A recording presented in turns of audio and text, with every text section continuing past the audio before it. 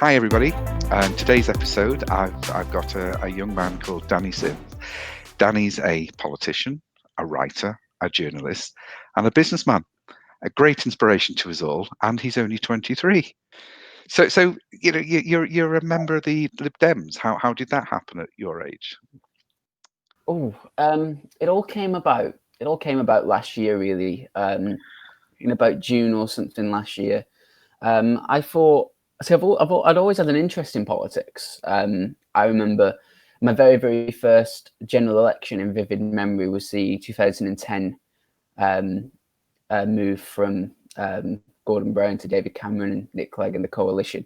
It was the first big thing that I remember, and it was the first thing that piqued my interest in the subject. And it's not I've never studied it ever, so I don't know. There are many people at meetings that can talk in far more depth and detail about economics, finance, all those things than I can. I literally just was interested in it. I liked watching it. Some people put on the sport to support their team. I put on BBC Parliament to support mine. Like it's like that. And last year I thought, last year I really wanted to get a bit more involved. I found myself with having a bit more time, and I thought, right, let's do something with this. So I formally joined the party, which I'd been on and off supporting since I was a teenager, and decided to get involved. I got approved as a candidate to stand in elections. Now doing the media and press for my local party, and I sit on the regional executive as well for the whole Northwest region. Right. Basically just doing all the boring stuff, standards and practice, policy, campaigns, all that sort of. Oh, it's quite an achievement. I actually had a similar situation to you, but 25 years ago, I actually joined the Lib Dems, and I have studied economics, and I still didn't know what was going on. And I found all very nice, caring people that were into social enterprises and all wanted to benefit the public. And wasn't for me because I'm just too commercial and capitalistic. I wanted to bribe someone so they could give me a better place. So hand it to you. So you're going. You've also do a bit of journalism and writing. What's that about? So my main career that I have is I'm a radio presenter. So a radio presenter. Worked at many different radio stations across the UK. Okay. Yeah, I worked at many different stations across the UK for the last 5 or 6 years, and I started originally at Bolton FM, and moved to London. Worked at a national station, Fun Kids. Worked at some other stations. I used to work in Carlisle. Had a show up at CFM in Cumbria. Okay. Back at Bolton. Been back at Bolton for a year. My shows at the moment is Friday afternoons, but I want them to give me a late evening show so I can have a bit more wacky freedom with it. Right. Why? What do you like doing? I want something on maybe about 9 o'clock at night. Do you know what I mean? Where the rules aren't as strict, you don't have to worry about being nice to people that are in the office and being. Well, I don't worry about that anyway. But but what sort of thing do you do? Well, tomorrow. Okay, so on tomorrow's show, I am joined in the first hour by a renowned hypnotherapist from Rochdale called Karen Clark, and we're going to be discussing the post-COVID mental health crisis. In the second hour, I'm joined by Barry from EastEnders doing a pub quiz. That's my show. Brilliant. So far we've got the radio career, we've got the political career, we've got the writing and journalist career, but you've now started a new business. I am, as if I didn't have enough to do. Yes, it happened, right? So I always had a job that supplemented the radio work, because obviously it was never ever financially secure. Freelance contracts are not the most reliable in the world. No. I always had a job to keep it going. Start of March, that went out the window. So I was like, okay, I need a source of revenue. I need to have some kind of job to be doing something. Also during lockdown period as well. Like I needed something to do for my sanity as well. I'm so high functioning that if I'm not doing something, it aggravates me. So I need to be busy 24/7 until I crash. Yeah. So I thought, right, I'm going to. So one thing, a game that I've played for years, and absolutely loved is Dungeons and Dragons. Right. Right. And I found myself over the years to be becoming a little bit of a dice collector. So I would I go to stores, find the coolest dice to have, Right. and I love collecting them. So I thought, right, I'm going to start my own dice shop. That way, I won't have to worry about collecting them because they'll be Yeah. coming to me. Yeah. And I did. It's called the Frog and Flute. Where does that name come from? It was my girlfriend's idea actually. In the D&D campaign that I run, the tavern is called the Frog and Flute. So the theme of the store, it's almost like let's go to the Frog and Flute store. They've got in. It's almost like you're visiting a tavern. Everything is themed around like an old English Age of the Highwayman sort of tavern, and that's like the experience you get when you come to like the online store. Is I want it to feel like you've just stepped into this world, like, and it's like you're an adventurer. You need the best gear, don't you? You need the best fighting gear. Where'd you get that? For the Frog and Flute. Right. So that's the premise behind like the name and the theme of it, I think. Right. Well, I went on your website, and I've got to admit it's a very well put together website. Thank So you. It's a Wix did you? template. So you did that yourself on Wix? Yeah. With some help from my girlfriend and a Yeah. friend called Well, Charles when I was figuring it out. it is Um, very well presented, and I looked at the dice themselves, and they looked. I mean, how do you make them? Who tooled them up? so the dice are made in a factory. Then not necessarily all of my own designs. Yeah. Sometimes I buy in bulk from Yeah. the factories what products they have. Is that in this country? No, it's abroad. So you had to go and source out abroad. I So did. it's because I used to deal with companies in China, and I know the hassle of finding things and deal with things. So I'm actually quite impressed that you managed to do that as well. There's what got me started originally. I don't use it as much anymore, but what got me started was the app Alibaba. Oh yes. Which was great at the time because it's literally it's just a directory of these manufacturers. So I was like, right, I want ideally plastic products manufacturing because dice made of acrylic, resin, and metal. Yeah. So I thought I'll start there. So I looked at the manufacturers that made that. I found some established dice manufacturers. There's one company was working with in Foshan in China who manufacture poker chips and dice. So I established a working relationship with them. I wanted to make sure I was doing a good thing, so I set up actually. I did this whole thing when I first started working with them about asking them about like the ethics of the factory, how things are produced. I wanted to learn as much as I can before I committed to doing business with them. That is amazing. Do you know, Because years ago when people wanted to do with China, what I used to do, I had to go to Manchester Library because you couldn't find this stuff anywhere else. And there used to be this big directory. I think it was the origin of Alibaba, and honestly, it was that thick. And each page was a picture of samples and the factories that you were dealing with, and you literally had to take the phone numbers and phone them because we didn't have internet like that. And that's what it was. Honestly, it was a big, thick book that you had to look through, and we didn't think about things like ethics and child labour and eating dogs and cats. And have you ever been to China?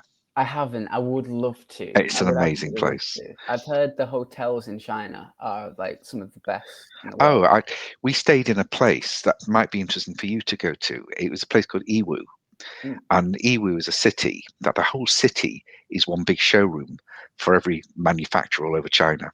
Yeah. And we stayed in this hotel, and when we got there, they apologised that they didn't have any of the standard rooms. They only had the superior rooms, and but they were twice the price. They were £15 a night. And that was for a double, Yeah. So yeah. But we found the food, Chinese food. Yeah, it's not like the same as English Chinese food. So we ate a lot of curries when we were out there. But yeah, no, we've got lots of stories for China. But if anybody's out there and you think of importing from China, do let me know because I've got tons of connections and tons of addresses. And one important thing in China, I don't know if you found this, Danny, but it's actually getting someone to check the the stock and make Yeah. sure that shipping's done right. So there's a couple of people I know that are agents and might be able to help there. I'm That's sure great. Danny's got a few contacts as well. So Yeah. sorry, Danny. So you checked the how ethical these firms were, and you started bringing them in. Yeah. So yeah, So that's how it started. I now have other manufacturers in Europe, in America. So I don't source from one factory anymore like I did when I yeah, first started. yeah, yeah. And it was very good. It was surprisingly very successful. It was a lot more successful than I thought it would be very fast. I covered all of my setup and startup costs on by day 3. Wow, that's something. And this is It only took me 3 years, but it was. But bear in mind, my setup costs were only 150 quid. well, So, yeah. so it's Mine were a lot more. They're 180, but yeah. it was it was good. It was surprising. I'd only marketed it at the time on Instagram. Yeah. So basically, I just sort of went into the D&D community on Instagram and was just like, "Hey, we're the Frog and Flute, new dice store. Guarantee I'll beat any of the prices that Yeah. you'll see, Yeah. that you'll see on the market right now." So Well, there's a here's couple another of guys. lesson. There's another lesson you're teaching people, Danny. It's niche. It's know your target market. Yeah. Know what they want, know who they are, and you've sort of come to that without being taught to do that. I wouldn't say I've ever had any formal business training. No. I used the premise of used myself as the example because I've been buying dice and playing D&D for the last few years. That Yeah. when I first was like, I was like, right, what would appeal to me? So I just made a list and sort of ran the marketing via that. Eventually, once Instagram had got the ball rolling, all the costs were covered. I was like, right, now I've got an advertising budget. So Facebook ads, extremely targeted, extremely specific in terms of interests, countries, and places. I still don't advertise to every country in the world. I still only do Europe, America, and Australia. So you've really got a long way to go. You've got a lot of market there. Every 2 months, I add another country to the list, and just because I don't want to go too big, and ruin because I get quite good numbers, good results from the Facebook advertisements. And I'm convinced that it's because it's so niche and specific. I think if I immediately throw 40 countries at it, it might mess with that, because I've got to think as well. Okay, it's very specific. So if someone's seeing my ad, the likelihood is they're not seeing it once. Yeah. They're going to see it 3-4 times, Yeah. maybe a day, with the amount of people spend time scrolling through Facebook. Every third post, fourth post is an ad. So I'm going to think they're going to see it maybe 3-4 times a day, by which time they know what the Frog and Flute is. It's in their head. And then next time they think about going to buy dice, they think about the last thing they saw on Facebook, which was my ad. And I've sort of built it up from that the last couple of months with Facebook advertising. So if somebody was starting up in business, what advice would you give them? I know you've probably got 100 things to tell them, but give me one or two of the biggest problems you've had and how you've overcome them. Maybe that can help.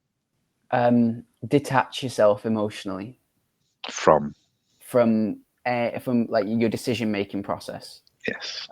So for me, I was sort of scared that I would have like when for example, okay, I had a period of 4 days where I didn't make a sale at all. And it terrified me. I was scared. I was like, oh my God, I need to rework the adverts. It's not working. I need to rework all the adverts. I need to find new products. I was scrambling through the manufacturers like, oh, what's a new product? Give me a new product no one has. And then on the 5th day, I did more sales than I've ever done before in one day. Yeah. So just persevere, keep calm, keep going. Don't react emotionally to anything, no matter how gutting or surprising or taken aback you might be by a bad day or even a good day. Don't ever react. This is the other thing as well, is don't react emotionally to the good things as well. You've got to process them logically like that. It's about the money. That's the measurement of success. Yes. I've often, I've been saying it for years, but since lockdown, I've been telling people, especially those with bricks and mortar businesses, that buy and sell products, that they should be moving online. They don't need to close the bricks and mortar, but they should have an online presence. What do you think of that? Because a lot of people resist that; they don't seem to want to go online. I think it'd be stupid if it didn't. Right? I think right now, I read Business Insider every morning. I look at the markets, the stock markets every single morning. Once at 9 o'clock in the morning, once at half Yeah. two, once at 9 o'clock at night. Right. Just and looking at it, it's there is such, especially in the economic recovery since the end of March, an e-commerce boom. So I think it would just be silly if a company refused to ride the ever increasing boom of e-commerce right now. And if you've got a bricks and mortar, like if you've got a brick and mortar shop and you're buying and selling, it's likely you've noticed by now that your numbers have reduced, and you've got to basically ask yourself, can you sustain that level of traffic physically for a year, 2 years? And the answer will probably be no. So that should be the wake up call, I think. No, that's very good. It's good, very good advice. Just go back to what you said before about Dungeons and Dragons and being an adventurer. So you are a natural adventurer. You know, there's more adventures than just trekking through a jungle with a big machete type thing. But Yeah. you're an adventurer. What's been your biggest adventure so far? Ooh, I know okay. it's hard. I like to throw people like this. No, I know this. Because it's almost like it's two things. I've had two things in my life which I would class as my big adventures. Yeah. And they both relate to things I loved as a child. And the first band I ever loved was Busted. Okay. They were the first guitar band Yeah. I got into. I play guitar because Play guitar as well. because of Busted. And then If you've got it with you, you could give us a tune. I don't, sadly. I don't. Next time. Absolutely. A couple of years ago, some opportunities because I was in a few bands, and I was working with a few bands as well. One of my first ever businesses when I was 17 was a social media marketing enterprise which focused on developing bands' social media presences. Okay. That was probably the first off the books under 18 like business venture that I ever had. Where it was just like pay a certain amount by like PayPal once a week, and I'll look after your social media for you. One train led to another, that led to another, that led to another. I got a phone call asking me to go on tour with Busted. And I did. And in January, February 2017, I went on the road with Busted, which for me was amazing because I felt like it came full circle. That interest in Busted, which started me as a musician, which probably led me down the path which eventually meant going on tour with them, which was incredible. And I had the time of my life on the road with Busted. It was amazing. Yeah. How long were you with them? How long? 5 weeks. 5 weeks, the entire night driver tour. It's quite a lot for quite an intensive road trip. It certainly was. Different city every night. It was great. Wow. It sounds to me like there's a potential business there as well for you in handling social media for bands. Is that something that you? It was something I did. It was something I did for a few years. Yeah. I only got out of it when I wanted to. When I first started, basically I had to make a decision of, do I spend more time focusing on my presenting career, or do I spend more time focusing on this? And I chose presenting, so I parked that idea. Right. So the Busted tour was probably one of the biggest adventures I've ever had. Yeah. The other was, and again going back to the childhood, the first TV show I ever loved, which were the reruns of Thunderbirds on. You like Thunderbirds? I love Thunderbirds. I used to go into school and I refused to answer to Danny or Daniel. I made them call me Virgil. Okay. The teachers. That's how obsessed with Thunderbirds I was. Yeah. Years have gone by. I've been presenting, doing things for like the Fun Kids, which was the UK's largest children's radio station. Okay. I was working there at the time. And the call from CITV comes. And it's like, Thunderbirds is coming up. We're celebrating I think was it 50 years? I can't remember. Well, I was a kid when I used to watch it, so it's quite a long time ago. I think it's more than that. They were celebrating it. It was the 30th of September 2017, and they were like, we want you to to almost be the face of Thunderbirds Wow. today. So I did You've some got a look amazing. of Virgil. I can see it now. Well, thank you. Especially the animated version. I haven't seen that. They sent me the new version, lots of action figures and merchandise Right. as a thank you, Right. and they always like noted that there was a resemblance there. But doing Yeah. that was amazing. So I got to like spend the whole day jotting up and down London doing Thunderbirds related activities on camera, which was great. Right. Interviewing some of the cast, which was great. And then attending an exclusive VIP screening in Leicester Yeah. Square of some Right. remake, some authentically made original Thunderbirds episodes, which were new. Mm. That was such an adventure because that was full circle for me. That was, and So in it's particular that one year, 2017, I yeah. did the Busted tour at the start of the year and Thunderbirds at the end of it. So that whole year to me is just it's filled with childhood nostalgia and Yeah. Yeah. dreams and that sort of thing. And Yeah. yeah, I think that's been my biggest, those So, my biggest adventures. is there anything you haven't done? Is there anything you can't do?